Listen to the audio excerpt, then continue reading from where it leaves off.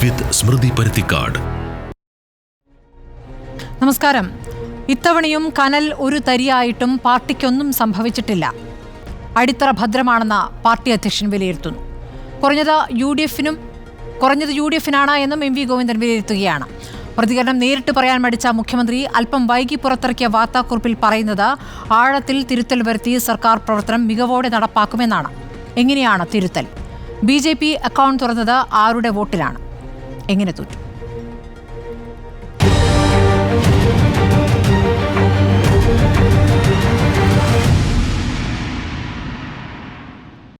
ചർച്ചയിൽ കോൺഗ്രസിൽ നിന്നും രാജു പി നായർ, BJPയിൽ നിന്നും TP ജയചന്ദ്രൻ, ലീഗിൽ നിന്ന് N ഷംസുദ്ദീൻ, CPM പ്രതിനിധിയായ അഡ്വക്കേറ്റ് BN ഭാസ്കർ ഉണ്ട്. അദ്ദേഹം അല്പസമയത്തിനകത്തും എത്തും. നിരീക്ഷകനായ CB സത്യനും.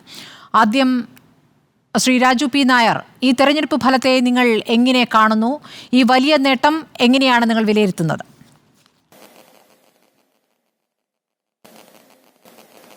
കേരളത്തിലെയാണോ ഉദ്ദേശിക്കുന്നത്? അതെ, കേരളത്തിൽ തീർച്ചയായിട്ടും CPM-ന്റെ ഈ തെരഞ്ഞെടുപ്പിന് മുൻപ് തന്നെ ഞങ്ങൾ വളരെ വ്യക്തമായിട്ട് പറഞ്ഞു, CPM-നെ കേരളത്തിൽ നമുക്കൊരു ഇന്ത്യ മുന്നണിയുടെ ഭാഗമായിട്ട് നിൽക്കുമ്പോഴും എന്തുകൊണ്ടാണ് CPM-നെ എതിർക്കുന്നതിലൊരു ഞങ്ങൾക്ക് ഒരു ആശയക്കുഴപ്പമില്ലാത്തത് എന്നുള്ളൊരു ചോദ്യം ഉണ്ടായിരുന്നു.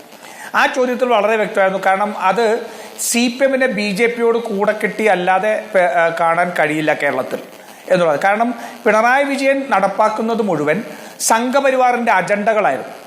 സംഘപരിവാറിന് ഇവിടെ സ്പേസ് ഉണ്ടാക്കി കൊടുക്കുക, BJP-ക്ക് സ്പേസ് ഉണ്ടാക്കി കൊടുക്കുക എന്നുള്ളത് പിണറായി വിജയന്റെ രാഷ്ട്രീയമായിരുന്നു. അതൊരു പരിധി വരെ അദ്ദേഹത്തിന് കമ്പൽഷൻ ആയിരുന്നു.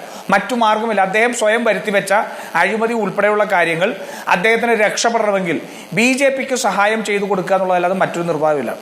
ഞങ്ങളുടെ ആ ആരോപണത്തിന് ഊട്ടി ഉറപ്പിക്കുന്ന രീതിയിലായിരുന്നു ഇടതുപക്ഷ ജനാധിപത്യ മുന്നണിയുടെ കൺവീനർ EP ജയരാജൻ തുടക്കം മുതൽ തെരഞ്ഞെടുപ്പിന്റെ സ്ഥാനാർത്ഥികളെ പ്രഖ്യാപിച്ചപ്പോൾ BJP സ്ഥാനാർത്ഥികളിലെ മികച്ചവരെ കണ്ടുപിടിക്കുന്നത് മുതൽ ഉണ്ടായ ഒരു നറേറ്റീവ്. അത് അവസാനം ആ തെരഞ്ഞെടുപ്പിന് അടുത്തേക്ക് എത്തുമ്പോഴത്തേക്ക് EP ജയരാജനും പ്രകാശ് ജാവ്ദേക്കറുമായിട്ടുള്ള രഹസ്യ കൂടിക്കാഴ്ച, ആ രഹസ്യ കൂടിക്കാഴ്ചയിൽ ഉയർന്നു വന്ന തൃശ്ശൂരും തിരുവനന്തപുരമെങ്കിൽ തൃശ്ശൂരെങ്കിലും എന്നുള്ള ഒരു കോംപ്രമൈസ്, അത് ലാവ്ലിനും മറ്റ് കേസുകൾ അവസാനിപ്പിക്കുന്നതിന് വേണ്ടിയുള്ള രാഷ്ട്രീയമായ കോംപ്രമൈസ് എന്നുള്ള സകല വിവരവും പുറത്തേക്ക് വന്നു. ആ വിവരങ്ങളെല്ലാം BJP-യും CPM-ഉം ഒറ്റക്കെട്ടാണ് എന്നുള്ള നറേറ്റീവ് കേരളത്തിൽ വളരെ കൃത്യമായിട്ട് താഴത്തേക്ക് പോകാൻ സാധിച്ചു. അങ്ങനെ ഒരു നറേറ്റീവ് ഉള്ളത് കൊണ്ടാണ് മതേതരമായിട്ട് ചിന്തിക്കുന്ന അല്ലെങ്കിൽ ചില മറ്റ് സംഘടനകൾ ഉൾപ്പെടെ CPM-ന് പിന്തുണ നൽകാതെ കോൺഗ്രസിന് പിന്തുണ നൽകുന്ന സാഹചര്യമുണ്ടായത്. അപ്പോൾ കേരളത്തിലെ ജനം CPM-നെ ഒരിക്കലും സംഘപരിവാറിനെതിരായിട്ടുള്ള പോരാട്ടത്തിൽ കൂടെ കൂട്ടാൻ കഴിയില്ല എന്ന് അവർ നിശ്ചയിച്ചു. അത് 2019 ഈ സമീപകാലത്ത് സംഘപരിവാറിനെതിരെ നടക്കുന്ന ഏറ്റവും വലിയ ജനാധിപത്യ പോരാട്ടം നടന്നത് 2019 തെരഞ്ഞെടുപ്പും 2024 തെരഞ്ഞെടുപ്പുമാണ്. ഈ രണ്ട് തെരഞ്ഞെടുപ്പിലും കേരളത്തിലെ ജനങ്ങൾ മനസ്സിലാക്കുന്നത് CPM-നെ കൊണ്ട് RSS-നെ എതിർക്കാൻ കഴിയില്ല, BJP-ക്കെതിരായിട്ടുള്ള പോരാട്ടത്തിൽ CPM-നെ വിശ്വസിക്കാൻ കഴിയില്ല. ആ തീരുമാനം ഇപ്രാവശ്യവും നടപ്പാക്കി, ഒരു സംശയവും വേണ്ട. അതിൽ നമുക്ക് നഷ്ടം വന്നത് തൃശ്ശൂർ ലോക്സഭാ സീറ്റാണ്. ആ തൃശ്ശൂർ ലോക്സഭാ സീറ്റിൽ വളരെ വ്യക്തമായിട്ട് നേരത്തെ പറഞ്ഞ പോലെ EP ജയരാജൻ ഉണ്ടാക്കിയ ധാരണ അത് വർക്കൗട്ട് ചെയ്തതിന്റെ ഫലമായിട്ടുണ്ടായതാണ്. അത് മാത്രമല്ല, പിണറായി വിജയൻ കാണുന്ന രാഷ്ട്രീയമുണ്ട്.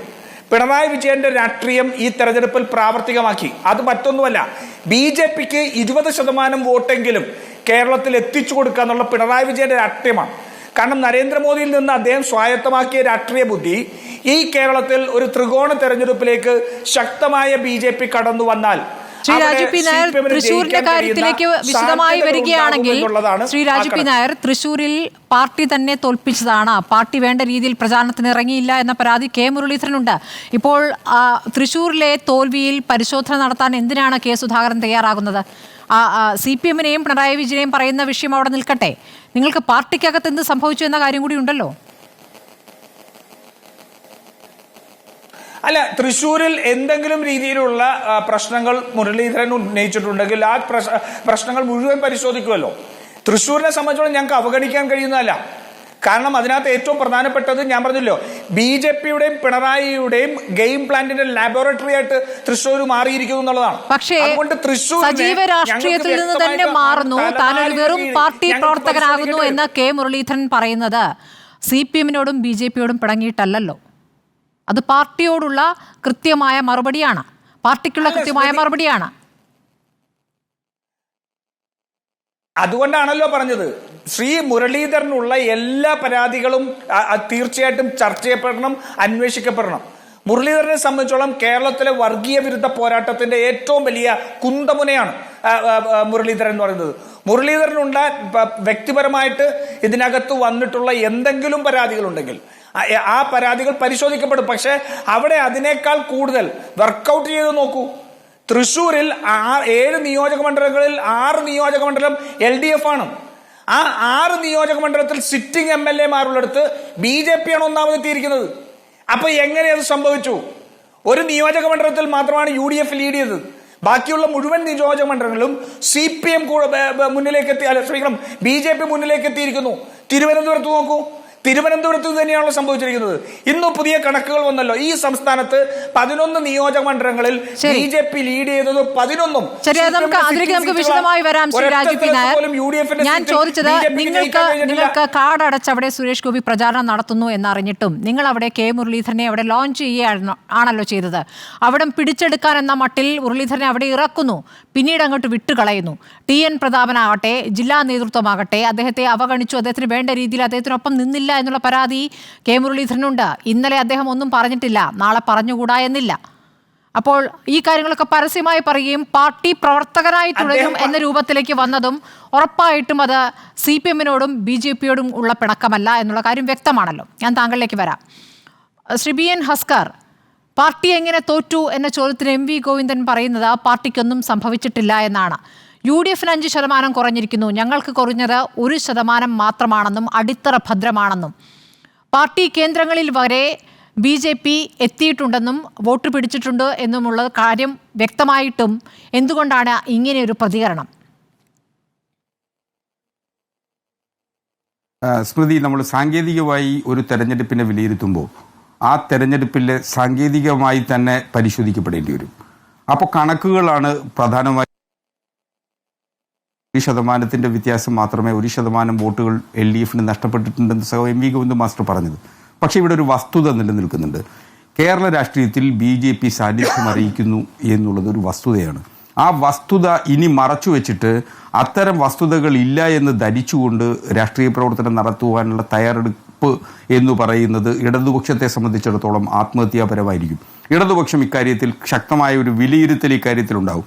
ഒന്നാമതായി, എന്തുകൊണ്ട് തൃശ്ശൂരിൽ പരാജയപ്പെട്ടു? തൃശ്ശൂരിലെ കണക്കുകൾ പരിശോധിച്ചു കഴിഞ്ഞാൽ ശ്രീ രാജു പി നായർ പറയുന്ന കണക്കല്ല അവിടെ ഉള്ളത്. 3,21,79% 2019 പോൾ ചെയ്യപ്പെട്ടപ്പോൾ 3,21,000 വോട്ടുകളാണ് LDF-ന്റെ സഖാവ് രാജാജി മാത്യുവിന് പോൾ ചെയ്യാൻ കഴിഞ്ഞിട്ടുള്ളത്. പക്ഷേ ഇപ്പോഴോ 3,24,000 71% വോട്ടുകളാണ് ഇപ്രാവശ്യം അവിടെ പോൾ ചെയ്യപ്പെട്ടിട്ടുള്ളത്. അപ്പോൾ 3,24,000 വോട്ടുകളായി സുനിൽകുമാറിൻ്റെ വോട്ടുകൾ കൂടിയിട്ടാണുള്ളത്. പക്ഷേ കോൺഗ്രസിൻ്റെ വോട്ടുകളാണ് അവിടെ നഷ്ടപ്പെട്ടിട്ടുള്ളത്. കോൺഗ്രസ് അത് വ്യക്തിപരമായി അത് പരിശോധിക്കപ്പെടേണ്ടതാണ്. എന്തുകൊണ്ട് കോൺഗ്രസിൻ്റെ വോട്ടുകൾ BJP-യിലേക്ക് തൃശ്ശൂരിൽ മാത്രം പോയി എന്ന് പരിശോധിക്കണം. ബാക്കി ഇപ്പോൾ നിയമസഭാ തെരഞ്ഞെടുപ്പ് നടക്കുമ്പോൾ നിയമസഭാ തെരഞ്ഞെടുപ്പിനെ പോലെയല്ല പാർലമെന്റ് തെരഞ്ഞെടുപ്പിനെ കാണാറുള്ളത്. 2019-ലും 2024-ലും കണ്ടത് അതുതന്നെയാണ്. ഇന്ത്യൻ ദേശീയ രാഷ്ട്രീയത്തിൻ്റെ പശ്ചാത്തലത്തിൽ BJP-യെ എതിർക്കുവാൻ കഴിയുന്നത് കോൺഗ്രസിനും UDF-നുമാണെന്ന ധാരണയിലാണ് കേരളത്തിലെ ജനങ്ങൾ ചിന്തിച്ചത്. അത് വിനയത്തോടുകൂടി അംഗീകരിക്കുന്നതിന് ഒരു മടിയും സഹായത്തോടുകൂടി പോവുകയാണെങ്കിൽ ഇടത് കേന്ദ്രങ്ങളിലെ വോട്ട് എത്രത്തോളം പോയി എന്നുള്ളത് നിങ്ങൾ പരിശോധിക്കണ്ടേ? ഗുരുവായൂരിൽ BJP 3-ാം സ്ഥാനത്ത്. ഗുരുവായൂർ ഏതായാലും വിട്ടുകളയാം. മണലൂരിൽ BJP 8,013 വോട്ടിനാണ് മുന്നിലായിരുന്നത്. ഒല്ലൂരിൽ BJP 10,363 വോട്ടിന്. തൃശ്ശൂരിൽ BJP 14,117 വോട്ടിന്. നാട്ടികയിൽ BJP 13,945. ഇരിഞ്ഞാലക്കുടയിൽ BJP 13,016 വോട്ടിന് മുന്നിൽ. പുതുക്കാട് BJP 12,692 വോട്ടിന് മുന്നിൽ. ഇതൊക്കെ UDF-ന്റെ ശക്തി കേന്ദ്രങ്ങളാണോ? ഇത് മുഴുവൻ UDF-ന്റെ ശക്തി കേന്ദ്രങ്ങളാണോ? അല്ല, നിശ്ചയമായും അങ്ങ് പറഞ്ഞതുപോലെ 6 മണ്ഡലങ്ങൾ LDF-ന്റെ സിറ്റിംഗ് MLA-മാരുള്ള മണ്ഡലങ്ങളാണ്. പക്ഷെ നിയമസഭാ തെരഞ്ഞെടുപ്പിൻ്റെ പാറ്റേണിലല്ല പാർലമെന്റ് തെരഞ്ഞെടുപ്പിനെ നാം കാണേണ്ടത്. 2019 പാർലമെന്റ് തെരഞ്ഞെടുപ്പിൻ്റെ പാറ്റേൺ വെച്ച് പരിശോധിക്കുമ്പോൾ നിങ്ങൾക്ക് മനസ്സിലാകും എവിടെയാണ് വോട്ടുകൾ ചോർന്നിട്ടുള്ളതെന്ന്. അതിനു പകരം ഇടതുപക്ഷത്തെ കളിയാക്കുന്നതിനോ ഇടതുപക്ഷം ഞങ്ങൾ പരാജയം അംഗീകരിക്കുന്നതേ, ഇതൊരു പരാജയം തന്നെയാണ്. ഇടതുപക്ഷത്തെ സംബന്ധിച്ചിടത്തോളം ഇന്ത്യൻ പാർലമെന്റിൽ സാന്നിധ്യം അറിയിക്കേണ്ട ഏറ്റവും മികച്ച സ്ഥാനാർത്ഥികളെ ഇടതുപക്ഷം പരീക്ഷണത്തിന് ഇറക്കിയിട്ടും അത് പരാജയപ്പെട്ടിട്ടുണ്ടെങ്കിൽ അത് അംഗീകരിക്കുന്നതിനോട് ഒരു മടിയുമില്ല. ഞങ്ങൾക്ക് പിശകുകൾ ഏറ്റവും വലിയ ആരോപണമായി വരുന്നത് തൃശ്ശൂരിൽ ഡീൽ നടന്നു എന്നുള്ള ആരോപണമാണ്. ഡീൽ നടക്കാൻ പോകുന്നു എന്ന് നേരത്തെ തന്നെ പറഞ്ഞതാണ്. ഇപിയുമായുള്ള ചർച്ചയെക്കുറിച്ച് ആ രൂപത്തിലാണ് വ്യാഖ്യാനം വന്നിട്ടുള്ളത്. ഇപ്പോൾ നോക്കൂ, അക്കൗണ്ട് തുറക്കുകയും ചെയ്തിരിക്കുന്നു BJP. സ്വാഭാവികമായും ആ സംശയം ഉയരുമെന്നുള്ള കാര്യം ഉറപ്പല്ലേ? അപ്പോൾ അതിന് വ്യക്തമായൊരു മറുപടി പറയാനുണ്ടോ എന്നുള്ളതാണ്. എങ്ങനെ BJPക്ക് അക്കൗണ്ട് തുറക്കാനായി? അവിടെ അങ്ങ് അവർ വിജയിച്ചോട്ടെ എന്ന് തീരുമാനിക്കുകയാണോ? അവിടുത്തെ പ്രചാരണത്തിൽ എന്താണ് സംഭവിക്കുന്നത്? സ്മൃതി, തൃശൂർ പാർലമെന്റ് മണ്ഡലത്തിലെ ഏറ്റവും മികച്ച സ്ഥാനാർത്ഥി CPIയുടെ സഹ സുനിൽകുമാർ, ആ മണ്ഡലത്തിലെ നിരവധി പേരുമായി വ്യക്തിബന്ധമുള്ള ഒരു മനുഷ്യൻ, സംശയമില്ല, അതിലൊരു തർക്കമില്ലല്ലോ. മികച്ച സ്ഥാനാർത്ഥിയാണ് എന്നുള്ളതിലൊരു തർക്കമില്ല. സംഘടനാ പ്രവർത്തനം അങ്ങ് പരിശോധിക്കൂ. അവിടെ നടന്നിട്ടുള്ള സംഘടനാ പ്രവർത്തനം ഇടതുപക്ഷത്തിന്റെ ചിട്ടയും അടുക്കുമായിട്ടുള്ളൊരു സംഘടനാ പ്രവർത്തനം നടത്തിയിട്ടുണ്ട്. ഞങ്ങൾ നിരവധി വെല്ലുവിളികളെ നേരിട്ടുകൊണ്ടിരിക്കുന്ന ഒരു ഘട്ടത്തിലാണ് തൃശ്ശൂരിൽ തെരഞ്ഞെടുപ്പ് നടത്തുന്നത്. ആ തെരഞ്ഞെടുപ്പിൽ ഞങ്ങൾക്ക് സംഘപരിവാറിനെ തറപറ്റിക്കുക എന്നുള്ളതാണ് ഞങ്ങളുടെ ആത്യന്തിക ലക്ഷ്യം. ഞങ്ങളുടെ മുഖ്യ ശത്രു സംഘപരിവാറാണ്. BJP ആണ് ഞങ്ങളുടെ രാഷ്ട്രീയ എതിരാളി. ഞങ്ങളുടെ രാഷ്ട്രീയ എതിരാളി BJPയെ തറപറ്റിക്കുക എന്നുള്ള അർത്ഥത്തിൽ തന്നെയാണ് ഞങ്ങൾ അവിടെ ചെയ്തത്. ഒരു കേന്ദ്ര കമ്മിറ്റി അംഗമോ ഒരു പോളിറ്റ് ബ്യൂറോ അംഗമോ തീരുമാനിച്ചാൽ CPMന്റെ വോട്ടുകൾ ചോർത്തി കൊടുക്കാൻ കഴിയുമെന്ന് വിശ്വസിക്കുന്ന മൗഢ്യത്തിലല്ല നാം നിൽക്കേണ്ടത്. വസ്തുതകളെ വസ്തുതകളായി കണ്ട് പരിശോധിക്കണം. അതിനു പകരം ആരോപണങ്ങൾ ഉന്നയിക്കുക. ഇതിപ്പോൾ ഒരു പക്ഷേ EP നടത്തിയിട്ടുള്ള ഡീലാണെന്ന് പറഞ്ഞാൽ EP വിചാരിച്ചാൽ തൃശ്ശൂരിൽ അങ്ങനെ 75,000 വോട്ട് സുരേഷ് ഗോപിക്ക് ഭൂരിപക്ഷം ഉണ്ടാകുന്ന തരത്തിൽ മറിച്ചു കൊടുക്കാനാവുമെങ്കിൽ അതൊരു വലിയ സ്വാധീനം തന്നെയാണ്. അങ്ങനെ കരുതാനാവുമോ? ഇനി അങ്ങനെ ഡീലല്ല എങ്കിൽ കൂടിയും പാർട്ടി വോട്ടുകൾ എങ്ങനെ ചോർന്നു എന്നത് പരിശോധിക്കേണ്ടത് തന്നെയല്ലേ? പാർട്ടി കേന്ദ്രങ്ങളിൽ എങ്ങനെയാണ് ഈ തരത്തിൽ വോട്ട് ചോർച്ച BJPയിലേക്ക് ഉണ്ടാകുന്നത്? നോക്കൂ, BJP ഒന്നാമതെത്തിയ 11 മണ്ഡലങ്ങൾ LDF സീറ്റുകളാണ്. ഞങ്ങൾക്കൊന്നും പോയിട്ടില്ല, ഞങ്ങളുടെ അടിത്തറ ഭദ്രമെന്ന് ഇപ്പോഴും പറയുകയാണ് പാർട്ടി സെക്രട്ടറി. അങ്ങനെയല്ല, കണക്കുകൾ പരിശോധിച്ചാൽ സാങ്കേതികമായി നിയമസഭാ തെരഞ്ഞെടുപ്പിന്റെ കണക്ക് വെച്ചിട്ടാണ് അങ്ങും ശ്രീ രാജു P. നായരും ഒക്കെ ചർച്ച ചെയ്യുന്നത്. നിയമസഭാ തെരഞ്ഞെടുപ്പിന്റെ കണക്കല്ല പരിശോധന. 2019 പാർലമെന്റ് തെരഞ്ഞെടുപ്പിന്റെ കണക്കുകൾ വെച്ച് നോക്കൂ. 2019 ഈ 11 നിയമസഭാ മണ്ഡലങ്ങളിലും പാർലമെന്റിലെ പാറ്റേണിൽ എങ്ങനെ വോട്ട് ചെയ്തു അത് പരിശോധിക്കണ്ടേ? അതിന് പകരം 2024 തെരഞ്ഞെടുപ്പിൽ 2020 നടന്ന നിയമസഭാ തെരഞ്ഞെടുപ്പിന്റെ കണക്കുകളാണോ പരിശോധിക്കുന്നത്? 2019 ഞങ്ങൾക്കേറ്റ ആഘാതം, ആ ആഘാതത്തെ തുടർന്ന് ഞങ്ങൾ വളരെ കൃത്യമായി അത് പഠിച്ചു. ഞങ്ങളുടെ പിശകുകൾ ഞങ്ങൾ തിരുത്തി. ഞങ്ങൾ വളരെ കൃത്യമായ അടുക്കും ചിട്ടയുമായി സംഘടനാ പ്രവർത്തനം നടത്തി. അതുകൊണ്ടാണല്ലോ 2021 നിയമസഭാ തെരഞ്ഞെടുപ്പിൽ ഞങ്ങൾക്ക് എക്കാലത്തെയും റെക്കോർഡ് ഭൂരിപക്ഷത്തോടുകൂടി ഞങ്ങളുടെ നേതാക്കന്മാർക്ക് ജയിച്ചു വരാനായത്. അതുതന്നെ ഇനിയും ആവർത്തിക്കും, ഒരു സംശയം വേണ്ട. ഞങ്ങൾ വന്നിട്ടുള്ള പെശകുകൾ, ഞങ്ങൾക്ക് വന്നിട്ടുള്ള പരിക്കുകൾ, ഇതൊക്കെ ഞങ്ങൾ പരിശോധിക്കുന്നു. ഞങ്ങൾ പരിശോധിക്കും. എല്ലാ അർത്ഥത്തിലും നിങ്ങൾ ഇനിയിപ്പോൾ ഭരണവിരുദ്ധ വികാരം, നിങ്ങൾ മാധ്യമങ്ങൾ നടത്തിയിട്ടുള്ള ഏറ്റവും വലിയ പ്രചരണ വേല എന്ന് പറയുന്നത് ഭരണവിരുദ്ധ വികാരമായിരുന്നല്ലോ. മനസ്സിലാക്കുന്നതെങ്കിൽ നിങ്ങൾ എന്ത് തിരുത്തലാണ് നടത്താൻ പോകുന്നത് എന്നുള്ള പ്രധാനപ്പെട്ട കാര്യം. നിങ്ങൾ ആർക്കെതിരെയാണ് പ്രചാരണം നടത്തിയതെന്ന് രണ്ടാമത്തെ കാര്യം. ശ്രീ BN ഹസ്കാർ, ഇവിടെ മുഖ്യമന്ത്രി പിണറായി വിജയൻ പോലും രാഹുൽ ഗാന്ധിയെ BJP പോലും ഒഴിവാക്കിയ പപ്പു പ്രയോഗത്തിലെ, പപ്പു എന്ന് വിളിച്ചില്ലെങ്കിലും ആ പേര് പറയിക്കരുത് എന്ന രൂപത്തിൽ പറഞ്ഞു ഇല്ലേ? ഇവിടെ PV അൻവർ പറഞ്ഞ മോശം പരാമർശം അങ്ങനെയൊക്കെ കിട്ടും, കൊടുത്താൽ കിട്ടും എന്ന രൂപത്തിൽ പ്രതികരിച്ചു. ഇതൊക്കെ എങ്ങനെ തിരിച്ചടിച്ചു? അത് പരിശോധിക്കേണ്ടതല്ലേ? ഭരണവിരുദ്ധ വികാരമില്ല എന്ന വാദത്തിലാണോ ഇപ്പോഴും നിൽക്കുന്നതെങ്കിൽ നിങ്ങൾ എന്ത് തിരുത്തലാണ് നടത്താൻ പോകുന്നത്? അങ്ങനെയല്ല. കേരള രാഷ്ട്രീയത്തിൻ്റെ പശ്ചാത്തലത്തിൽ നമുക്കറിയാം കോൺഗ്രസും മറുവശത്ത് CPM ആണ് നിലനിൽക്കുന്നത്. ആ മറുവശത്ത് നിൽക്കുന്ന CPM കോൺഗ്രസിനെ അല്ലാതെ ഒരു ഇന്ത്യ മുന്നണിയായിട്ട് കേരളത്തിൽ നിൽക്കാൻ കഴിയുമോ? അങ്ങനെ നിൽക്കാനാവില്ല. അത് കേരള രാഷ്ട്രീയത്തിൻ്റെ സവിശേഷ സാഹചര്യത്തിൽ കഴിയില്ല എന്നുള്ളത് കൊണ്ടാണ് രണ്ട് മുന്നണികളും പ്രത്യേകമായി മത്സരിച്ചത്. സ്വാഭാവികമായും ശ്രീ രാഹുൽ ഗാന്ധിക്കെതിരെ അത്തരം പരാമർശങ്ങൾ ഒഴിവാക്കേണ്ടതായിരുന്നു, ഒരു സംശയമില്ല കാര്യത്തിൽ. ശ്രീ രാഹുൽ ഗാന്ധിയെ പോലൊരു വ്യക്തി ഇന്ന് ഇന്ത്യ മുന്നണിക്ക് നേടിയെടുക്കാൻ കഴിഞ്ഞിട്ടുള്ള നേട്ടങ്ങൾ മുഴുവൻ നടത്തിയത് ഇന്ത്യയിൽ നടുകയും കുറുകയും നടന്നുകൊണ്ടാണ്. അങ്ങനെ ഒരു വ്യക്തി മറ്റ് സമീപകാല രാഷ്ട്രീയ ചരിത്രത്തിൽ അത്തരം ഒരാൾ ഇന്ത്യൻ രാഷ്ട്രീയത്തിലുണ്ടോ എന്ന് പോലും സംശയമാണ്.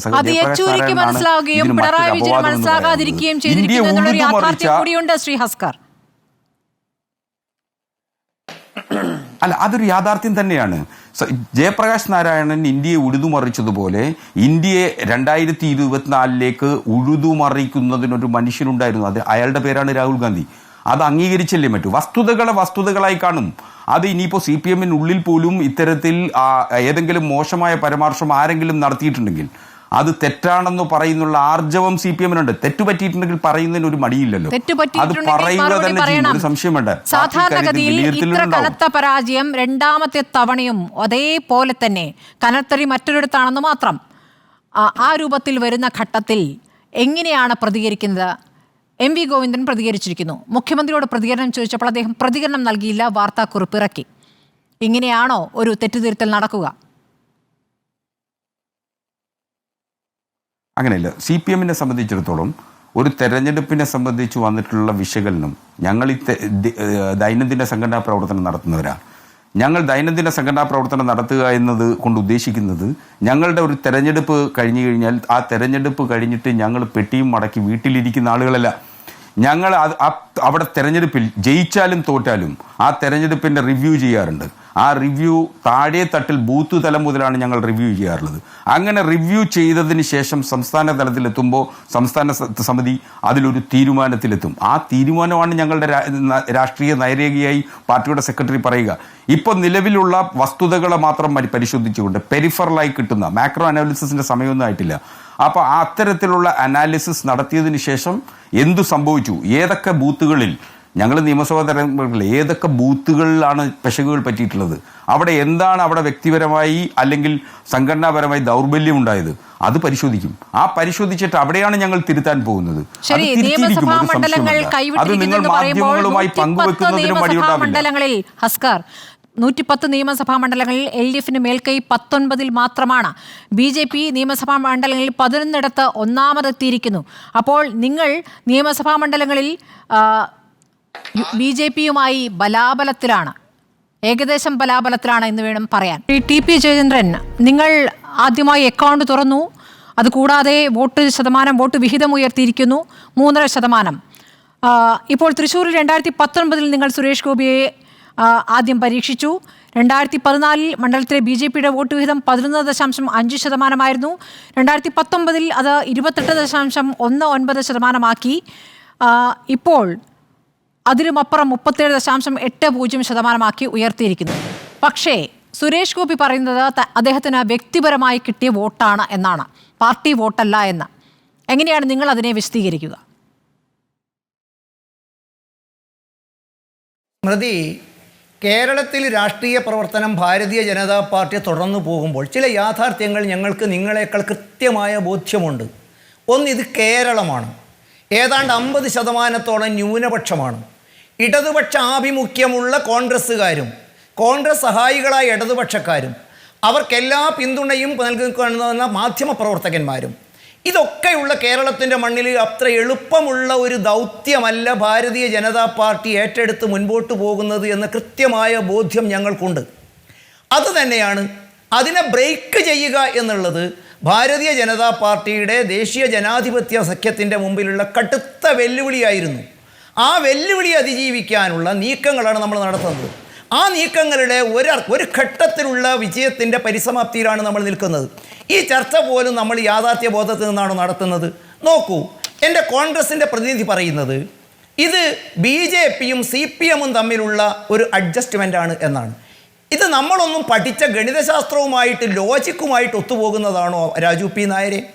ഇങ്ങനെ പറയുന്നതാണ് വസ്തുതയെങ്കിൽ, ഇടതുപക്ഷത്തിൻ്റെ സഹായം കൊണ്ടാണ് BJP എങ്കിൽ, പ്രതാപൻ എന്ന് പറയുന്ന സർവശക്തി പ്രതാപത്തോടു കൂടിയുള്ള ഒരു MP-യുടെ വിലസിച്ചിരുന്ന തൃശ്ശൂർ മണ്ഡലത്തിൽ കരുണാകരൻ്റെ അനുഗ്രഹാശീസുകളോടെ ആ കുടുംബത്തോടൊരു മാനസിക ഐക്യം പുലർത്തുന്ന മണ്ണിൽ എന്തേ നിങ്ങൾ ഇന്ന് അഭിമാനത്തോടെ കൊണ്ടുവന്ന് അങ്ങ് വടകരയിൽ നിന്നും പറിച്ച് ഭാരതീയ ജനതാ പാർട്ടി അസ്തിത്വം ഇല്ലാതാക്കുന്നതിന് വേണ്ടി ഏതുപോലെയാണോ നേമത്ത് ഒരു നേർച്ചക്കോഴിയായി അദ്ദേഹം വിജയിച്ചത്, അദ്ദേഹത്തിൻ്റെ കയ്യിലുള്ള വോട്ട് എവിടെ പോയി? എൻ്റെ സിമ്പിൾ ലോജിക്ക് സ്മൃതി, കോൺഗ്രസ് BJPയെ സഹായിച്ചത് ഇടതുപക്ഷമാണെങ്കിൽ സിറ്റിംഗ് സീറ്റിൽ എങ്ങനെയാണ് കോൺഗ്രസിൻ്റെ വോട്ട് ഇത്ര ദയനീയമായി പരാജയപ്പെട്ടത്?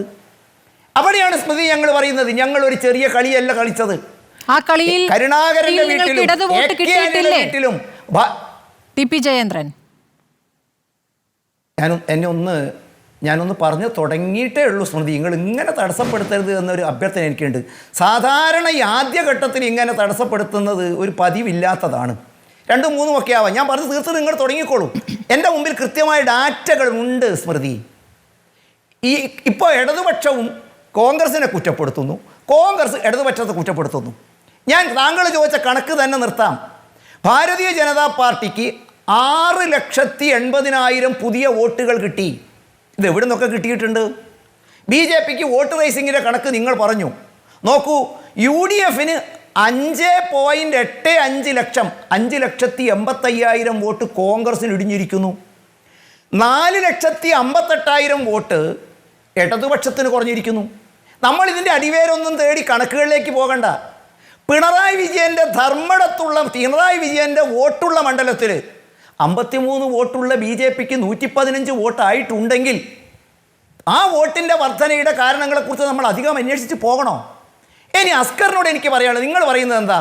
നിങ്ങൾ ശക്തമായിട്ട് വിലയിരുത്തും. കഴിഞ്ഞ 10 കൊല്ലം ഇടതുപക്ഷം വിലയിരുത്തി നടപ്പിലാക്കിയ പദ്ധതികൾ എന്തായിരുന്നു? ഭാരതീയ ജനതാ പാർട്ടിയെ, ദേശീയ ജനാധിപത്യ സഖ്യത്തെ, RSSനെ കുറച്ചുകൂടി കടുപ്പിച്ച് പറഞ്ഞാൽ അതിനെ തകർക്കുക. 6 കൊല്ലം കഴിഞ്ഞ 10 കൊല്ലം നടത്തിയ പ്രവർത്തനങ്ങളുടെ വിലയിരുത്തലല്ല ഇപ്പം നടന്നിരിക്കുന്നത്. ഇനി ഇതിനേക്കാളും വലിയ ഒരു BJPയെ പ്രതിരോധിക്കാനുള്ള എന്താണ് നിങ്ങളുടെ കയ്യിലുള്ളത്? ത്രിപുരയിലും നിങ്ങൾ ചെയ്ത പണി ഇത് തന്നെയല്ലേ? RSSനെ BJP പ്രതിരോധിക്കാൻ ത്രിപുരയിൽ നിങ്ങൾ ഇങ്ങനെ അയവിറക്കി വിലയിരുത്തി പ്രതിരോധിച്ച് കനൽ ഒരു തരി പോലും ഇല്ലല്ലോ.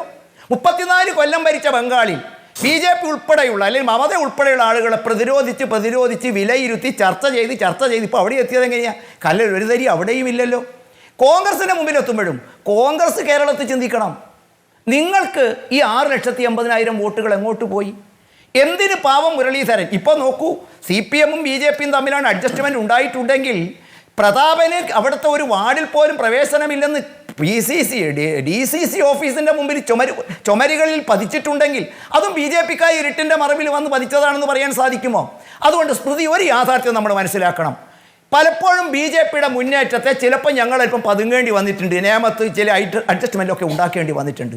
ഇതൊരു ബ്രേക്ക് ത്രൂ ആണ്.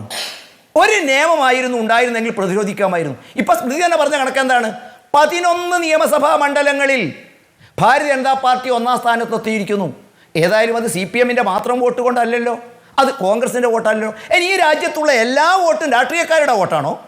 സ്മൃതി, അങ്ങനെ ഒരു വിലയിരുത്തൽ നമുക്ക് സാധിക്കുമോ? ഈ രാജ്യത്ത് കോൺഗ്രസുകാരുടെ മെമ്പർഷിപ്പ്, മാർക്സിസ്റ്റുകാരുടെ മെമ്പർഷിപ്പ് അല്ല, അതല്ല പാർട്ടി അനുയായികൾ. അപ്പം ഞാൻ പറയുന്നത്, ഈ അനുയായികളാരാ? ഇവരൊക്കെ കാലാകാലം കേരളത്തിൽ ഒരു പാർട്ടിക്ക് അവകാശപ്പെട്ടതാണെങ്കിൽ 5 കൊല്ലം കൂടുമ്പോൾ കേരളത്തിൽ മാറ്റം ഉണ്ടാകില്ലല്ലോ. കേരളത്തിൽ ആകെ കൂടി 3.5% ഈ തെരഞ്ഞെടുപ്പിൽ കൂടിയിരിക്കുന്നത്. ശ്രീ TP ജയേന്ദ്രൻ, താങ്കൾ തൃശ്ശൂരിലേക്ക് തന്നെ വരികയാണെങ്കിൽ സുരേഷ് ഗോപി പറഞ്ഞതിനൊരു മറുപടി പറയൂ. പാർട്ടിക്ക് കിട്ടിയ വോട്ടല്ല, തനിക്ക് കിട്ടിയ വോട്ടാണ് എന്ന് എന്തുകൊണ്ട് സുരേഷ് ഗോപി പറയുന്നു? പാർട്ടിയുടെ വോട്ട് മാത്രമല്ല എന്നാണ് അദ്ദേഹം പറഞ്ഞത്. ഒരു കാര്യം ശരിയാണ്, തൃശ്ശൂരിൽ ഭാരതീയ ജനതാ പാർട്ടിക്കാരല്ലാത്ത, മെമ്പർഷിപ്പ് ഇല്ലാത്ത മറ്റു പാർട്ടികളിൽപ്പെട്ട ആളുകൾ അദ്ദേഹത്തിന് വോട്ട് ചെയ്തിട്ടുണ്ട്. സിനിമാ രംഗത്തുള്ള പ്രവർത്തകർ അദ്ദേഹത്തിന് വോട്ട് ചെയ്തിട്ടുണ്ട്. അദ്ദേഹത്തിൻ്റെ ചാരിറ്റി പ്രവർത്തനങ്ങൾ ആകൃഷ്ടരായവർ വോട്ട് ചെയ്തിട്ടുണ്ട്. ഒരുപക്ഷെ നിങ്ങളുടെ ചാനലിലെ അവതാരകന്മാരായി വരുന്ന ആളുകൾ പോലും അദ്ദേഹത്തെ പ്രകീർത്തിച്ചുകൊണ്ട് സംസാരിക്കുന്നുണ്ട്. അദ്ദേഹം പ്രാർത്ഥിക്കുകയായിരുന്നു ഈ സ്ഥാനാർത്ഥിയുടെ വിജയത്തെന്ന് പറയുമ്പോൾ കേരളത്തിലെ രാഷ്ട്രീയക്കാരിൽ നിന്നും കുറെ കൂടെ ഉയർന്നുകൊണ്ട് നരേന്ദ്രമോദിയുടെ പ്രതിനിധിയായിട്ടും മനുഷ്യത്വത്തിൻ്റെ പ്രതിനിധിയായിട്ടും ഈ രാജ്യത്തിൻ്റെ വികസനത്തിൻ്റെ പ്രതിനിധിയായിട്ടുമൊക്കെ അദ്ദേഹം മാറിയിട്ടുണ്ടെങ്കിൽ അതും അതൊരു വിജയത്തിന് കാരണമാണ്. ഇതിൽ എന്താ തെറ്റുള്ളത്? ശരി, അത് വ്യക്തിപരമായ ബന്ധമാണ്. ഞാൻ ചോദിച്ചത് എല്ലാം വ്യക്തിപരമായി കിട്ടിയ വോട്ടാണ് എന്നാണോ സുരേഷ് ഗോപി പറഞ്ഞത്? പാർട്ടിക്ക് കിട്ടിയതല്ല എന്ന് പറയുമ്പോൾ അതിനെ എങ്ങനെ വിശദീകരിക്കുന്നു എന്നുള്ളതാണ്. പാർട്ടിക്ക് കിട്ടിയതല്ല എന്ന് അദ്ദേഹം പറഞ്ഞിട്ടില്ല. പാർട്ടി കൂട്ട മാത്രമായിരിക്കില്ല, പാർട്ടിക്കല്ല എന്നാണ് അദ്ദേഹം, പാർട്ടിക്കല്ല എന്ന് അദ്ദേഹം പറഞ്ഞിരുന്നു. ഇനി അദ്ദേഹം അത് വിശദീകരിക്കട്ടെ. ഞാൻ പൂർത്തിയാക്കാം. അല്ലല്ല, ഒറ്റ minute Shri TP Jayendran. Shri N. Shamsuddin, നിങ്ങൾക്ക് ഗംഭീര വിജയമാണ്. തമിഴ്നാട്ടിലും കേരളത്തിലുമായി ഗംഭീര വിജയം എന്ന് പറയുമ്പോൾ കേരളത്തിൽ ഇത്ര വലിയ ഭൂരിപക്ഷം നിങ്ങൾക്ക് 2 മണ്ഡലങ്ങളിലും പ്രതീക്ഷിക്കാത്ത ഭൂരിപക്ഷത്തിലേക്ക് ലീഗ് എത്തുകയാണ്. അതിന് കാരണം എന്താണ് എന്നുള്ളതാണ് നിങ്ങളുടെ മനസ്സിലാക്കൽ. സമസ്തയെ പിടിച്ചെടുക്കാനുള്ള പിണറായി വിജയന്റെ ശ്രമം, CPM-ന്റെ ശ്രമം ലീഗിന് ഗുണം ചെയ്തു എന്നതാണോ നിങ്ങളുടെ വിലയിരുത്തൽ? അല്ല, ഇവിടെ വളരെ വ്യക്തമാണ്. ഈ തെരഞ്ഞെടുപ്പിൽ വളരെ കൃത്യമായ രാഷ്ട്രീയം ലീഗിനും ഐക്യജനാധിപത്യ മുന്നണിക്കും ഉണ്ട്. ഈ തെരഞ്ഞെടുപ്പിൻ്റെ രാഷ്ട്രീയം എന്ന് പറയുന്നത് കേന്ദ്രത്തിലെ 10 വർഷം ഭരിച്ച നരേന്ദ്രമോദി സർക്കാരിനെതിരായി നമ്മുടെ രാജ്യത്തിൻ്റെ മതേതരത്വവും ജനാധിപത്യവും തകർക്കുന്ന ഫാസിസത്തിൻ്റെ അട്ടഹാസം ഇന്ത്യയുടെ എല്ലാ ദിക്കുകളിൽ നിന്നും ഉയരുന്നൊരു ഘട്ടത്തിൽ ഭരണഘടനാ സ്ഥാപനങ്ങളെപ്പോലും വിഴുങ്ങുന്ന, ഭരണഘടനയെ മാനിക്കാത്ത ഒരു ഭരണകൂടം ധിക്കാരം പറയുന്നൊരു സമയം, 400 സീറ്റ് ഞങ്ങൾക്ക് ലഭിക്കുമെന്നും ഇവിടെ ഭരണഘടന തന്നെ മാറ്റിയെഴുതാൻ പോവുകയാണെന്ന് പറയുമ്പോൾ വളരെ കൃത്യമായ രാഷ്ട്രീയം അതിനെതിരെ ഉണ്ടായത് കോൺഗ്രസിൻ്റെ നേതൃത്വത്തിലുള്ള ഇന്ത്യ മുന്നണിയാണ്. ആ ഇന്ത്യ മുന്നണിയെ വിജയിപ്പിക്കുക, അതിൻ്റെ പ്രതിനിധികളായി കേരളത്തിൽ മത്സരിക്കുന്നവരെ വിജയിപ്പിക്കുക എന്നുള്ളത് രാജ്യത്തെ മതേതര ജനാധിപത്യ വിശ്വാസികൾ ഏറ്റെടുത്തു. അതാണ് ഈ തെരഞ്ഞെടുപ്പിൽ വളരെ പ്രകടമായത്. ഇപ്പൊ ഇവിടെ ഇതേ കാര്യങ്ങൾ ഇടതുപക്ഷം മുന്നോട്ട് വച്ചിരുന്നല്ലോ ശ്രീ എൻ ശംസുദ്ദീൻ. പക്ഷെ നിങ്ങൾ പറഞ്ഞത് കൂടുതൽ ഗൗരവത്തിലെടുത്തു എന്നും CPM പറഞ്ഞത് അങ്ങനെ കേട്ടില്ല എന്നുമാണോ മനസ്സിലാക്കേണ്ടത്? അതിനിടയിൽ തന്നെ സമസ്തയിൽ ഒരു വിഭാഗത്തിന് ഇടതുപക്ഷത്തോട് ആഭിമുഖ്യമുണ്ടായിരുന്നു. അവർക്കൊക്കെ ഏറ്റ തിരിച്ചടിയാണോ ഈ വിധി? അല്ല, അങ്ങനെ ചിന്തിച്ചവർക്കൊക്കെ തിരിച്ചടി ഉണ്ടായി. ഞാൻ പറയട്ടെ, ഒന്ന് പറഞ്ഞ് പൂർത്തീകരിക്കട്ടെ. ഈ സമസ്തയുടെ വിഷയവും ഇതുമായി ബന്ധപ്പെടുത്തി സംസാരിക്കേണ്ട ഒരു കാര്യമല്ല. ഇത് ഇന്ത്യയിലെ എല്ലാ മതേതര ജനാധിപത്യ വിശ്വാസികളും ആഗ്രഹിച്ചത് ഈ നിലവിലുള്ള മോഡി ഭരണം ഇന്ത്യയിൽ അവസാനിക്കണമെന്നാണ്. അതിനുള്ള പരിശ്രമത്തിൽ ഏറെ ബഹുദൂരം മുന്നോട്ട് പോയി. കുറച്ചുകൂടി അതിപ്പോൾ ഏതൊരു കാര്യം കഴിയുമ്പോഴും അങ്ങനെയാണ്. ഇപ്പോൾ അത് നമ്മൾ വിലയിരുത്തി നോക്കുമ്പോൾ കുറച്ചുകൂടി പ്രിപ്പറേഷൻ ഉണ്ടായിരുന്നെങ്കിൽ ഒരു 4-5 സംസ്ഥാനത്ത് കൂടി ചില ഗൃഹപാഠം ചെയ്തിട്ടുള്ള ഒരു നീക്കം ഉണ്ടായിരുന്നെങ്കിൽ ഒരു പക്ഷേ ചിത്രം തന്നെ മാറുമായിരുന്നു. 10, 50, 60 സീറ്റുകളുടെ വ്യത്യാസം ആണ് ഇപ്പോൾ ഉള്ളത്. അത് തന്നെ മാറ്റാൻ കഴിയുമായിരുന്നു. പക്ഷെ വലിയൊരു കോൺഫിഡൻസ് രാജ്യത്തെ മതേതര വിശ്വാസികൾക്ക് ഉണ്ടായി. ഇതുവരെ എങ്ങനെയായിരുന്നോ, ഇതൊന്നും മാറാൻ പോകുന്നില്ല, ഇവർ തന്നെ സ്ഥിരമായിട്ട് വരുന്നു, ഈ ജനാധിപത്യ വിരുദ്ധ മതേതരത്വ വിരുദ്ധ നീക്കങ്ങൾ തന്നെ നടക്കുന്നു എന്നുള്ളതാണ് നമ്മുടെ മുമ്പിൽ ഉണ്ടായിരുന്നത്. പ്രതീക്ഷയില്ലാത്തൊരവസ്ഥയായിരുന്നു. ഇപ്പോൾ എക്സിറ്റ് പോളും വന്നത് ആ രീതിയിലാണ്. ഇതൊക്കെ ഇവർ തയ്യാറാക്കിയ ഒരു തിരക്കഥയായിരുന്നു. എന്നാൽ തെരഞ്ഞെടുപ്പിൽ അത് തെളിയിച്ചല്ലോ. ഇന്ത്യ മുന്നണിയുടെ വലിയ തേരോട്ടം ഇന്ത്യയിലുണ്ടായി. അതുപോലെ തന്നെ നരേന്ദ്രമോദി പോലും അവരുടെ 4-5 ലക്ഷം വോട്ടിന് ജയിക്കുന്ന മണ്ഡലത്തിൽ പലതവണ പിറകിൽ പോയി, 3 തവണ പിറകിൽ പോയി. അങ്ങനെ അവരുടെ കേന്ദ്രമന്ത്രി സ്മൃതി ഇറാനിയെ പോലെയുള്ള കേന്ദ്രമന്ത്രിമാർ പരാജയപ്പെടുന്ന സ്ഥിതിയുണ്ടായി. 7-8 കേന്ദ്രമന്ത്രിമാർ പരാജയപ്പെട്ടു.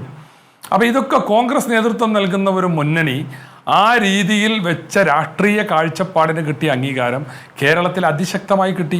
കേരളത്തിലുള്ള ജനാധിപത്യ വിശ്വാസികളെ തെറ്റിദ്ധരിപ്പിക്കാൻ കഴിയില്ല. ഇപ്പോൾ ഇവിടെ ഹസ്കർ പറഞ്ഞു ഈ രാഹുൽ ഗാന്ധിയെക്കുറിച്ച്. ഇത് ഹസ്കറിൻ്റെ മാത്രം ബോധ്യമല്ല, ഓരോ CPM പ്രവർത്തകൻ്റെയും ബോധ്യമാണ്, അവൻ്റെ കുടുംബത്തിലുള്ള വോട്ടർമാരുടെ ബോധ്യമാണ്.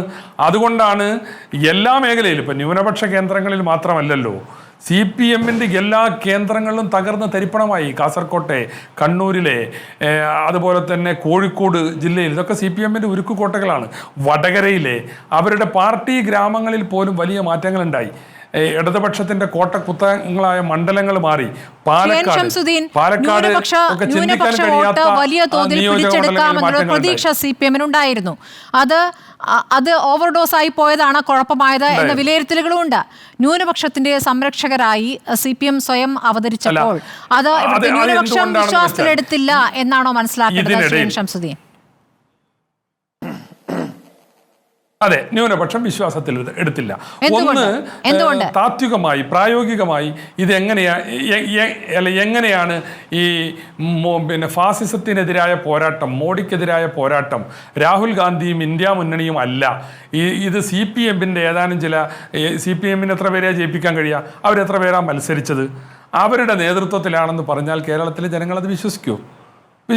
അത് വിശ്വാസയോഗ്യമല്ലല്ലോ. പിന്നെ ഈ കുറേ CAA റാലികളൊക്കെ നടത്തിയിട്ടാണ് അങ്ങനെ ഒരു പരിവേഷം ഉണ്ടാക്കാൻ ശ്രമിച്ചത്. അതിൽ ഇവിടെ കേരളത്തിൽ നടപ്പാക്കില്ല എന്ന് പിണറായി പറഞ്ഞുകൊണ്ടെന്താ കാര്യം? ജനത്തിന് ബുദ്ധിയില്ലേ?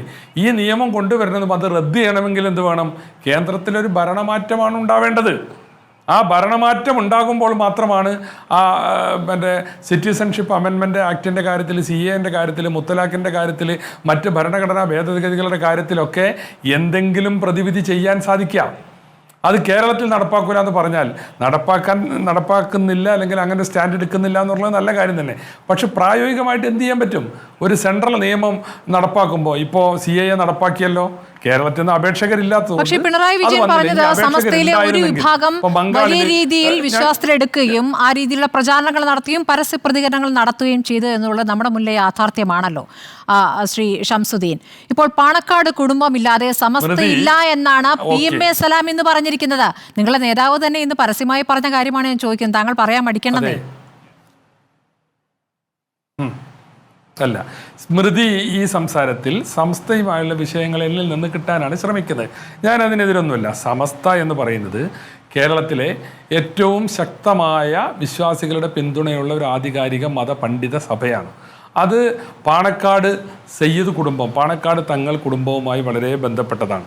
പാണക്കാട് കുടുംബത്തിലെ നിർദ്ദേശങ്ങളും പാണക്കാട് നിന്നുള്ള ചർച്ചകളും ഒക്കെ മാനിച്ചുകൊണ്ടാണ് സമസ്ത ഇന്നോളം പ്രവർത്തിച്ചിട്ടുള്ളത്. സമസ്തയുടെ ഒരു ചരിത്രം പരിശോധിച്ചാൽ ബാഫയ്ക്ക് തങ്ങളും പൂക്കോയത്തങ്ങളും പിന്നീട് സയ്യിദ് മുഹമ്മദ് അലി ശിഹാബ് തങ്ങളും ഇതിനു മുമ്പ് സയ്യിദ് ഹൈദർ അലി ശിഹാബ് തങ്ങളും, അങ്ങനെ പാണക്കാട് ആരാണോ നേതൃത്വത്തിലുള്ള വലിയ തങ്ങൾ, അതിപ്പോൾ സയ്യിദ് സാദിഖ് അലി ശിഹാബ് തങ്ങളാണ്.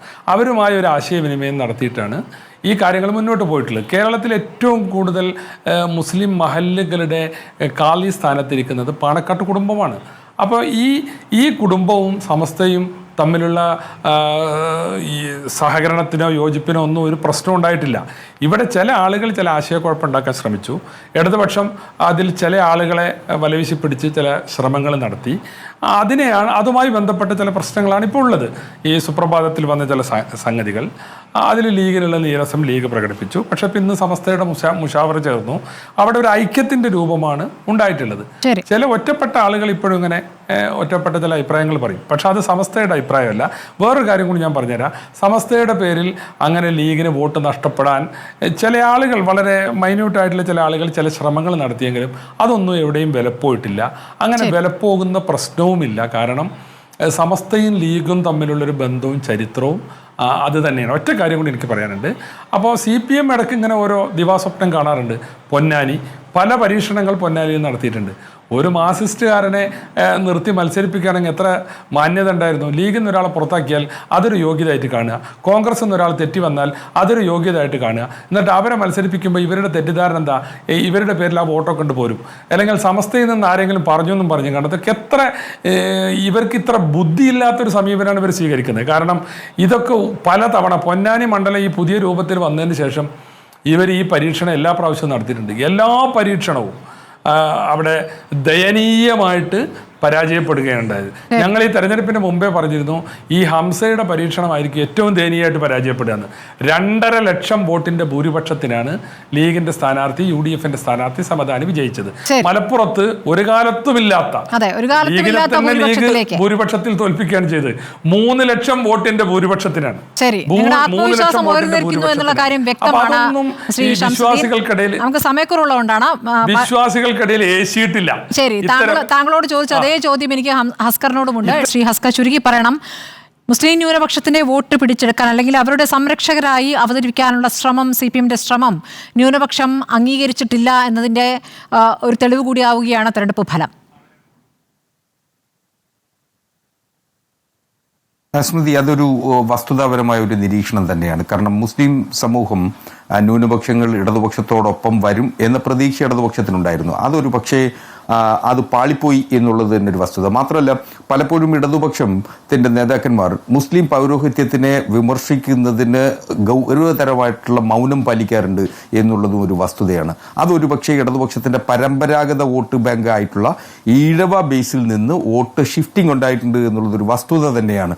ആ ഷിഫ്റ്റിംഗ് ആണ് യഥാർത്ഥത്തിൽ ഇടതുപക്ഷത്തിൻ്റെ 1% വോട്ടിലെ വ്യത്യാസം വന്നിട്ടുള്ളതെന്നാണ് പ്രാഥമികമായി നമുക്കിപ്പോൾ വിലയിരുത്താനാവുള്ളൂ. സ്മൃതി.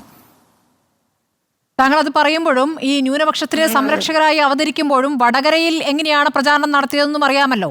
ഷാഫി പറമ്പിലിന് എതിരെ വർഗീയ പ്രചാരണങ്ങളാണ് അഴിച്ചുവിട്ടിരുന്നത്. അത് വലിയ തിരിച്ചടിയാവുകയും ചെയ്തിരിക്കുന്നു. ഇതൊന്നും പതിവില്ലാത്ത രീതിയിലുള്ള പ്രചാരണ രീതികളാണ്. ഷാഫി പറമ്പിലിനെ ഒരു മുസ്ലിം സ്ഥാനാർത്ഥിയായി മാത്രം അവതരിപ്പിക്കുകയായിരുന്നു. അല്ല, വടകരയിൽ ഇതൊരു വ്യത്യസ്തമായ കാഴ്ചപ്പാടായിരുന്നു. ഈ കേരളത്തിൽ ആകമാനം സംഭവിച്ചതിൻ്റെ തുടർച്ച തന്നെയാണ് വടകരയിലും സംഭവിച്ചിട്ടുള്ളത്. അവിടെ തെരഞ്ഞെടുപ്പ് പ്രചരണ രീതിയിൽ ഏതെങ്കിലും തരത്തില്ല, അതിനേക്കാൾ മോശം പരാമർശങ്ങളും മോശം തെരഞ്ഞെടുപ്പ് രീതികളും UDF ക്യാമ്പുകളിൽ നിന്നും വന്നിട്ടുണ്ട്. അത് ജനാധിപത്യ ശൈലിക്ക് ചേർന്നതല്ല. അതാരു ചെയ്താലും ജനാധിപത്യ ശൈലിക്ക് ചേരാത്ത തരത്തിലുള്ള പെരുമാറ്റങ്ങളും വർത്തമാനങ്ങളും അതുപോലെ തന്നെ പ്രചരണ വേലകളും രാഷ്ട്രീയ പാർട്ടികൾ ഇനി ഒഴിവാക്കി നിർത്തണമെന്നുള്ളതാണ് ഏറ്റവും പ്രധാനമായി പഠിക്കേണ്ടത്. ഈ തെരഞ്ഞെടുപ്പിൻ്റെ പ്രചരണ അവസാന ഘട്ടത്തിൽ നാം മനസ്സിലാക്കേണ്ടതും ഫലം വന്നപ്പോൾ നാം തിരിച്ചറിയേണ്ടതും അതുതന്നെയാണ്. 2.5 ലക്ഷം വാട്സാപ്പ് ഗ്രൂപ്പുകളുള്ള BJP 100 വർഷം തികയുന്നു RSSന്റെ സംഘടനാ പ്രവർത്തനം കേരളത്തിൽ തുടങ്ങിയിട്ട്. 4000 ശാഖകളുള്ള RSS ആണ് കേരളത്തിലുള്ളത്. എന്നിട്ടും ഈ 100 വർഷമായിട്ടും അവർക്ക് ഇപ്പോൾ മാത്രമാണ് കേരളത്തിൽ ഒരു അക്കൗണ്ട് തുറക്കാൻ സാധിച്ചിട്ടുള്ളത്. ഇപ്പോൾ തൽക്കാലം അത് പറഞ്ഞ് സമാധാനിക്കാം. പക്ഷേ ഓരോ മണ്ഡലങ്ങളിലെയും കണക്കനുസരിച്ച് നമ്മൾ കണ്ടല്ലോ എവിടെയൊക്കെയാണ് അവർ 11 ഒന്നാമത്, 5 രണ്ടാമത് എന്നൊക്കെയുള്ള കണക്കുകളുണ്ട്. നമുക്ക് സമയമില്ലാത്തതുകൊണ്ടാണ്. ശ്രീ CB സത്യൻ, ഇവിടെ CPM എങ്ങനെ തോറ്റു, ഇടതുപക്ഷം എങ്ങനെ തോറ്റു എന്നുള്ളതാണ് താങ്കളുടെ വിലയിരുത്തൽ. ഇവിടെ നമ്മൾ അതിലേക്ക് കടക്കുന്നതിന് മുമ്പ് CPMന്റെ അടിസ്ഥാനപരമായ ഒരു സ്ട്രാറ്റജിക് ഷിഫ്റ്റ് കഴിഞ്ഞ കുറെ കാലമായിട്ട് നടപ്പിലാക്കുന്നത് കൂടെ നമ്മൾ ശ്രദ്ധിക്കണം. അതായത് CPM ഈ കേരളത്തിലെ ഒരുപക്ഷെ ഏറ്റവും വലിയ ഹിന്ദു പാർട്ടി എന്ന് അവകാശപ്പെടാവുന്ന ഒരു പാർട്ടിയായിരുന്നു ഒരു കാലത്ത്. ഇപ്പോഴവര് ചെയ്തിരിക്കുന്ന ഒരു ഷിഫ്റ്റ് എന്ന് പറയുന്നത് സമാജ്വാദി പാർട്ടി എന്താണ് UP യിൽ ചെയ്തത് അതിന്റെ അതേ മോഡൽ കേരളത്തിൽ ആവർത്തിക്കാനാണ് CPM ഇപ്പോൾ ശ്രമിച്ചുകൊണ്ടിരിക്കുന്നത്. നമ്മൾ കഴിഞ്ഞ ഈ രണ്ടാം പിണറായി സർക്കാരിന്റെ കാലത്തുള്ള നിയമസഭാ തെരഞ്ഞെടുപ്പ് മുതൽ പരിശോധിച്ചു കഴിഞ്ഞാൽ നമുക്കത് വളരെ വ്യക്തമായി കാണാൻ സാധിക്കും. അതായത് OBC പ്ലസ് മുസ്ലിം എന്ന് പറയുന്ന ഒരു കൺസോൾട്ടേഷനിലേക്കാണ് CPMന്റെ ഒരു സ്ട്രാറ്റജിക് ഷിഫ്റ്റ് ഇപ്പോൾ നീങ്ങുന്നത്. ഇതിനകത്ത് ഏറ്റവും പ്രധാനപ്പെട്ട കമ്പോണന്റുകളിലൊന്ന് BJP ആണ്. കാരണം CPMന് അവരുടെ ഇടതുപക്ഷ ആശയം അല്ലെങ്കിൽ കമ്മ്യൂണിസ്റ്റ് ആശയം പറഞ്ഞിട്ട് ഒരു മുസ്ലിം പിന്തുണ ഉണ്ടാക്കിയെടുക്കാൻ സാധിക്കില്ല. അവർക്ക് ആ പിന്തുണ ഉണ്ടാക്കിയെടുക്കാൻ സാധിക്കുന്നത് വളർന്നു വരുന്ന ഒരു BJPയെ കാണിച്ച് അതിന്റെ ഭയത്തിൽ മാത്രമേ ഉണ്ടാക്കിയെടുക്കാൻ സാധിക്കുകയുള്ളൂ.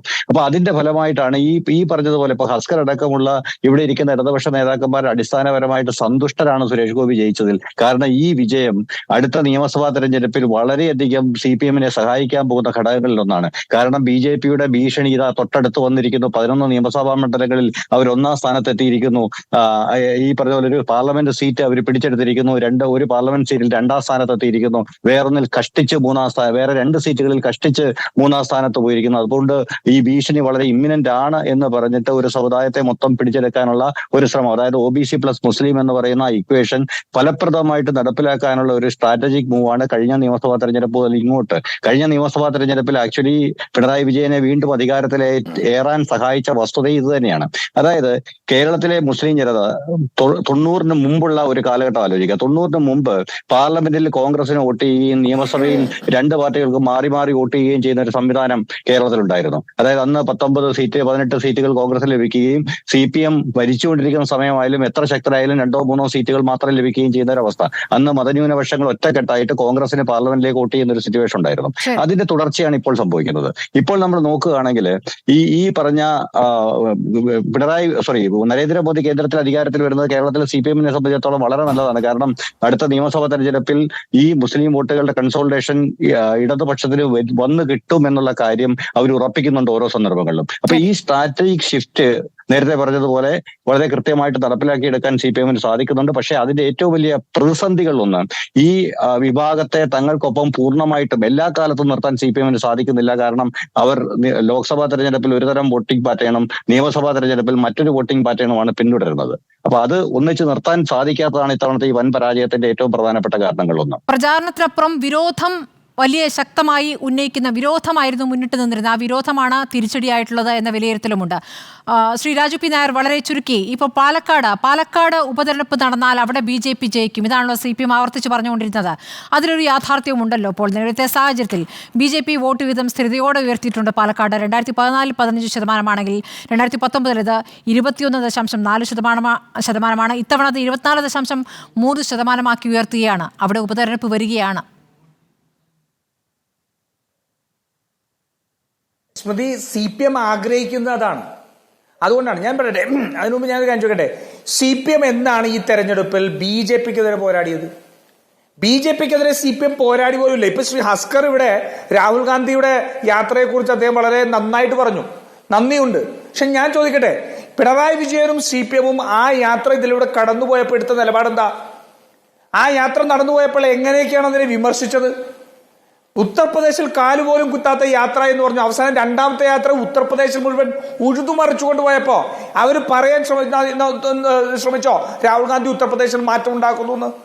അപ്പൊ ഇവരുടെ കോൺഗ്രസ് വിരുദ്ധതയിൽ മാത്രമായിട്ട് ഇവരുടെ രാഷ്ട്രീയം ചുരുങ്ങിപ്പോയി.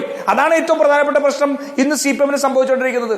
അത് ജനങ്ങൾ കൃത്യമായിട്ട് തിരിച്ചറിഞ്ഞിട്ടുണ്ട് സ്മൃതി.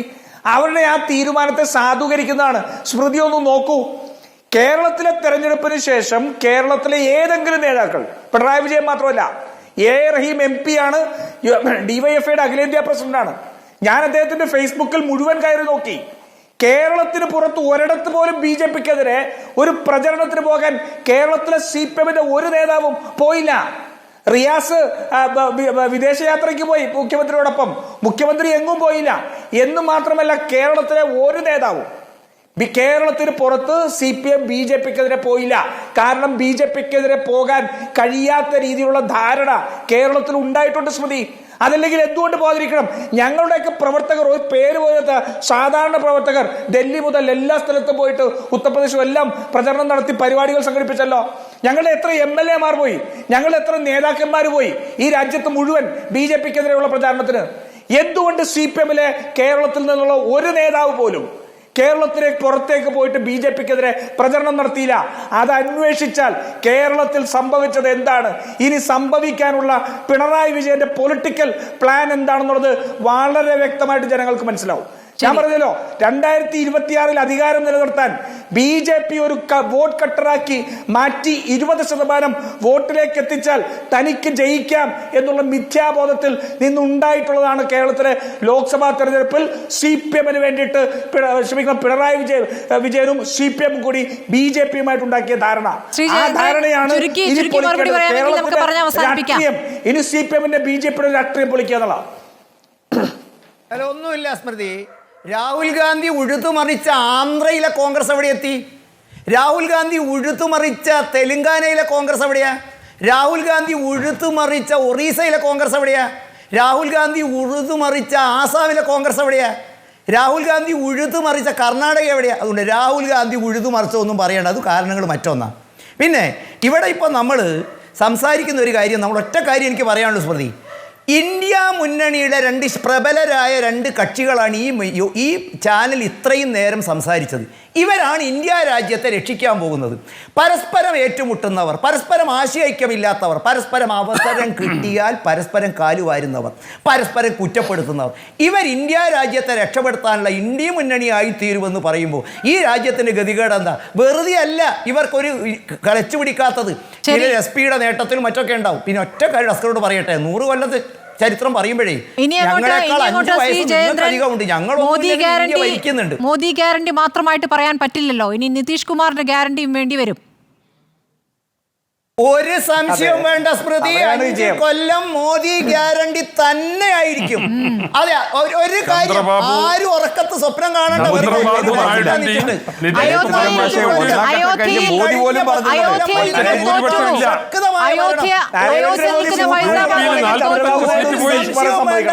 സ്മൃതി ഇറാനി തോറ്റു,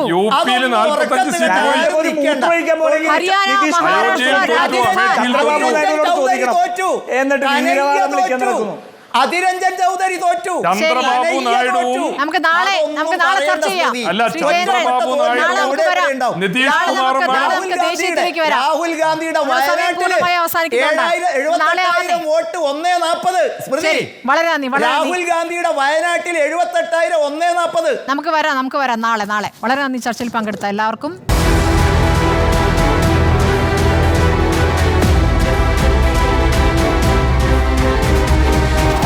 ഡിബേറ്റ് വിത്ത് സ്മൃതി പരുത്തിക്കാട്.